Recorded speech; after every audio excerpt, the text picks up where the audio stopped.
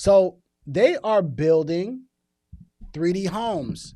I've seen this come across an Instagram page. This is the first 3D home in Detroit. Well, it's outside of Detroit. It's like, well, it is Detroit. It's Island View, which is like right there outside of Detroit. It's by like East English Village. It's on the other side of Mac, so it's on the good side. It's by like West Village, East English Village, Indian Village, and they built the first 3D home. So I want to get into this, and I want to give you my perspective of what I think the real estate market may look like. Now, this is just a perspective, but we got to talk about it because this is now the wave of the future. Let me move myself on over here so I can get out the way, and let's get to it. First of its kind here in Michigan, under construction, a home that is right in the city of Detroit. That's right. And today we got an up-close look at what we're told is the first 3D printed home in the state. And those behind the pilot project say that there are many more to come. 7 Action News reporter Darren Cunningham shows us how this cost-cutting and cutting-edge technology is building a foundation for the future of affordable housing. We are standing on the porch of the first 3D printed home in Michigan. You heard that right. A 3D printed home in Detroit's Island View neighborhood. The nonprofit behind this 1,000 square foot property is Citizens Robotic and Evelyn. By the way, Island View is a nice area. Like I said, it's by like West Village. It's East English Village, I believe, or East Village. I think it's East Village. But if you look around even that neighborhood, you can see it's kind of nice. You know what I'm saying? Like this. Not like a Detroit home. Evelyn Woodman is a co-founder alongside her father, Tom. We started working on this 3.5, 4 years ago. We saw they were 3D printing homes abroad. By now, you may have seen 3D printers in action on a smaller scale. Woodman says it's the exact same concept. She and her father figured Detroit has the technology and land to put it to use on a larger scale in an industry experiencing a labor shortage. All right, so can I stop this right here real quick before we go into the rest of it? Because what I believe is going to end up happening here, y'all see the robots. What? Y'all see them. Now they can build a lab, or I'm sorry, a factory for 3D printed homes. What does that mean? Well, if they can print more 3D printed homes and have a few people just watching the machines, well, that means that there's going to be areas, probably 3D home areas, that are going to start getting built up. And we'll get to the pricing and all that, but then it's less manpower to get these houses built. So companies are going to be looking into doing this if that means cutting cost. If that means, hey, I got a 3D printed home, I can make a 3D printed home in 3 months compared to 6 to 7 months, and it costs less, half the price, because here's the thing. You're not going to be wasting a whole bunch of material when you're building a 3D home. When I go and fix and flip a house, a lot of times I buy extra just because I want to make sure the contract has enough. And then I usually have a bunch of waste after. They're probably not wasting anything when it comes to this 3D stuff because they're getting precise. So labor cost cut, all that stuff. Let's get right back into it. We got a used printer from the automotive industry, and we assembled our small team of 4. So y'all see that? Used printer from automotive industry. So that might have been expensive, I'm sure, but I'm wondering, how many other companies can probably buy that type of printer? She probably just was able to buy maybe a few, but I'm sure another company can buy a bunch more and create this. For people, and started to learn how to print in our facility in Southwest Detroit. So which parts of this 2-bedroom home are 3D printed?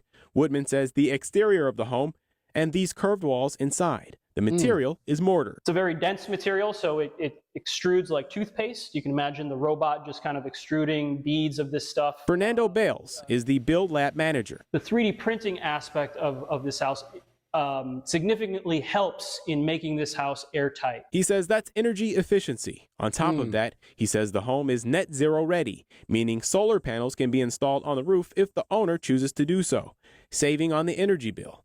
The layout is also suitable for someone with physical challenges. As for costs, he says construction costs are comparable or maybe a little more than a traditional build at this point. Okay. So it's a little bit more. It could be a little bit more. Let me go back. Costs are comparable or maybe a little more than a traditional build at this point. Okay. All right. So that was one question that I wanted to get answered is it less? So it may be a little bit more. It may be a little bit more than building a regular home. But okay, but let's just see if the process, I wonder how the process is, right? Is the process less time? So can they get these houses up faster than they can, a regular traditional home? Very interesting. I want to see if they talk about that in here.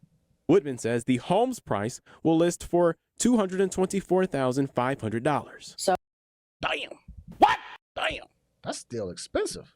So while we're going to be trying this new thing, we encourage everybody who can maybe try to solve the affordable housing crisis. Keep trying. Woodman anticipates the home will be complete before the end of the year. In Detroit, Darren Cunningham, 7 Action News. Interesting. Interesting. So, I think that this is probably going to be the wave of the future, by the way, y'all. I really do believe that. I think that 3D homes, I mean, they're already making their way, in the cities, and they're building them out, and it's probably not going to take much to build a factory. And again, you're not gonna waste a lot of money, but it looks like it is going to be a little bit more than just building a home. So that is something quite interesting to see how they will tackle this, because no company really wants to pay more for something unless they're making more of a profit. So maybe they can look at the waste or any other things, and maybe they can find out ways to increase their profit margin, which is always what companies are looking to increase. But it's pretty interesting because now, from a real estate perspective and a real estate agent perspective, this now gives an alternate housing option for people. I don't know how these 3D houses are going to hold up over time. That's definitely the question. I don't know if they can be built on a foundation, meaning a basement, right? So there's got to be a pros and cons, which I haven't really gotten to see all that yet. But these make an alternative housing option for people who want to live there.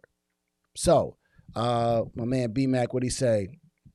He says, I believe so too, because manufactured homes like trailers are like $130,000. Yeah. And so this one is $200,000. So, I mean, it really opens up the housing option for a buyer now, right? Like you just said, a manufactured home can be one.